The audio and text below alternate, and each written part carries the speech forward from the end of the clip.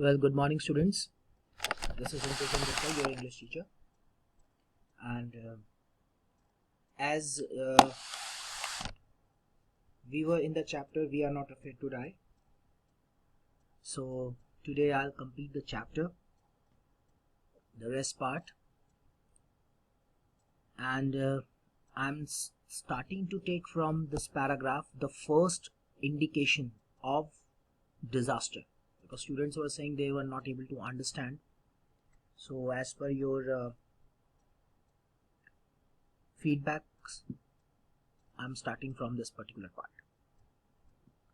So the first indication of impending disaster came at about 6 p.m. with an ominous silence. Ominous silence means unpleasant or threatening silence. The wind dropped and the sky immediately grew dark. Then came a growing roar and an enormous cloud towered aft of the ship. Aft means near the stern of the ship. That means near the ship. And tower means covered. With horror I realized that it was not a cloud, but a wave like no other I had ever seen. It appeared perfectly vertical and almost twice the height of the other waves, with a frightful breaking crest. Crest means the top of the wave, to reach the top of the wave. Clear? The roar increased to a thunder as the stern moved up the face of the wave, and for a moment I thought we might ride over it. But then a tremendous explosion shook the deck. A torrent of green and white water broke over the ship. My head smashed into the wheel and I was aware of flying overboard and sinking below the waves. I accepted my approaching death, and as I was losing consciousness, I felt quite peaceful. Unexpectedly, my head popped out of water a few meters away. Wave Walker was near, capsizing her mast almost horizontal. Then a wave hurled her upright. My lifeline jerked taut. I grabbed the guardrails and sailed through the air into the Wave Walker's main boom. Subsequent waves tossed me around the deck like a rag doll. My left ribs cracked, my mouth filled with blood and broken teeth. Somehow I found the wheel lined up the stern for the next wave and hung on. So first I explain this this paragraph, the first indication. So around 6 p.m. an unpleasant silence rolled over. It was an indication of a disaster which was about to happen. The wind suddenly dropped and the sky was darker with heavy clouds. A huge cloud was coming toward the stern of the ship. Aft means stern. So coming towards the stern of the ship, but later the writer realized it was a huge wave. The wave was perfectly vertical, that is its size, and it was twice the height of the previous waves that they saw, with the top of the wave looking unpleasant due to its height. Due to its height, it was looking very unpleasant. The previous waves that they confronted, and this was looking really unpleasant just because of its height. Now the roar increased, this one. So here the thunder increased, roar means thunder increased, and the wave moved the stern up. The part of the ship is called stern. They thought it would not do any damage. Fine. But a huge explosion vibrated the deck. The whole deck vibrated. पूरा जो deck है वो आपका vibrate करने लगा. A strong moving stream of green and white water broke over the ship. The strong moving stream of green and white water, the color, because of the color, fine. Green and white water, they have seen green and white water broke over the ship. That means it's fallen on the ship. The narrator's head smashed in the wheel of the ship. His head smashed, means dham. In the wheel of the ship, he flew overboard, and then on overboard he started flowing, and sank below the waves. And then he sank into the waves. डूब गया उसमें. He accepted that his death was approaching. He decided that now my end is very near, and he started losing consciousness. He started losing his sense. He felt quite peaceful in silence. Now next part, unexpectedly. Here, before this paragraph, I must tell about it. Tremendous means very great in amount. Shook means shake, vibration. And deck means floor of the ship is called deck. Torrent means a fast moving stream of water is called torrent. And smashed means dham, violently broken, or you shattered something. Clear? Now, unexpectedly, this part. So he could not realize what would happen. So the narrator's head popped out of water. He did not thought, because he already decided that his death is near, but suddenly his head got out of water, popped out of water, and the ship was about to overturn. But suddenly a wave turned upright. The wave turned him upright. Upright उसका direction change हो गया body का. And his lifeline jacket was stretched. Then he grabbed the guardrails. ठीक है. तो यहाँ पे उसकी जो है then a wave hurdle upright, उसका direction change हो गया body का. Fine. And then his lifeline jacket was stretched. वो उसकी lifeline was stretching पे आ गई. And he grabbed the guardrails means just like a handle होता है, वो बोट के बाहर लगा हुआ होता है for your helping. ठीक है, हेल्प करने के लिए होता है. And the sail to the ship's main pole. Then he entered into the pole. So that is his. Luckily he entered into his own ship. Otherwise he was thrown out by the waves. The waves tossed him around the deck. Now the waves started tossing him. He was injured. His left ribs got cracked. His mouth filled with blood, and he had broken his teeth. And anyhow he found a wheel, lined the stern, उसको set किया उसको for the next wave, and he started waiting. Now water everywhere. I could feel that the ship had water below, but I dared not abandon the wheel to investigate.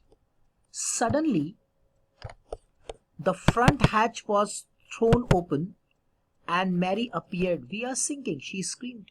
"The deck are smashed. We are full of water." "Take the wheel," I shouted as I scrambled for the hatch. Larry and Herb were pumping like madmen.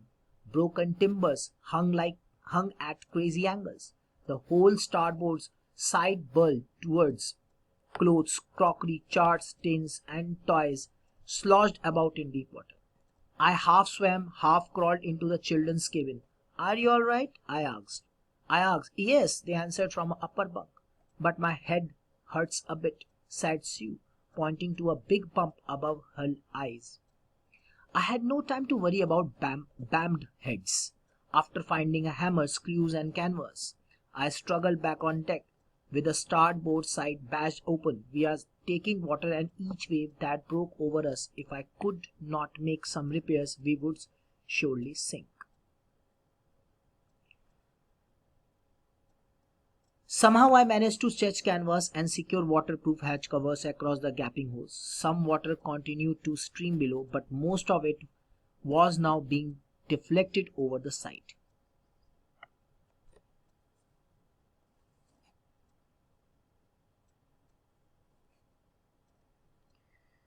Now, what he found, there was water everywhere. The narrator could not feel water below the ship, but he did not leave the wheel alone. Fine. He continued with the wheel. He was there with the wheel.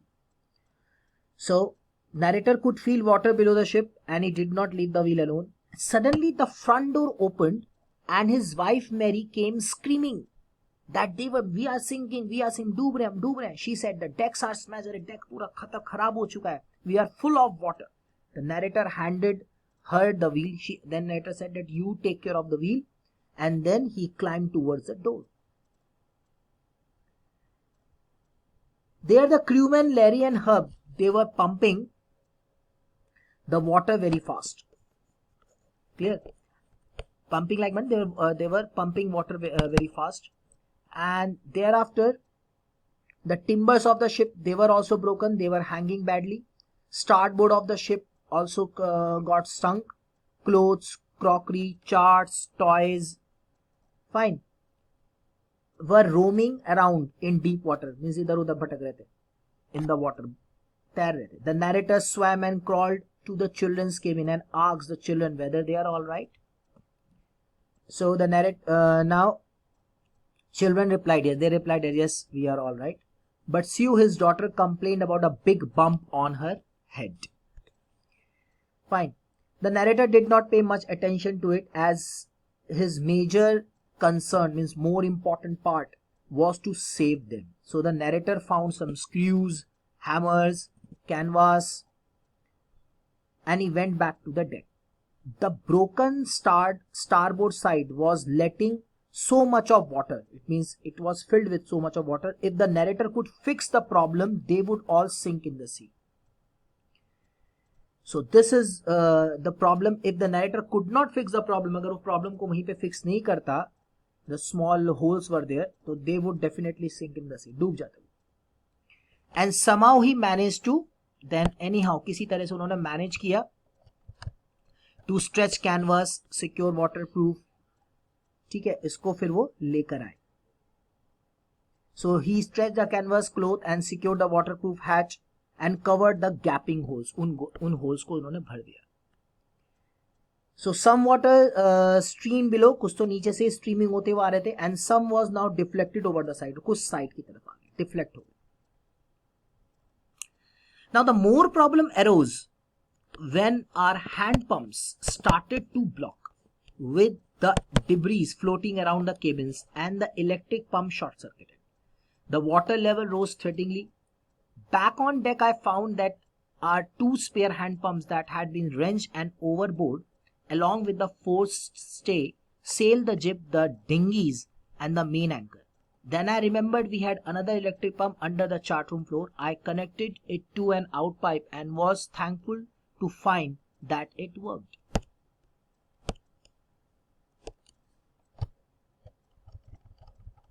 The night dragged on with an endless, bitterly cold routine of pumping, steering, and working the radio. We were getting no replies to our mayday calls, which was not surprising in this remote corner of the world.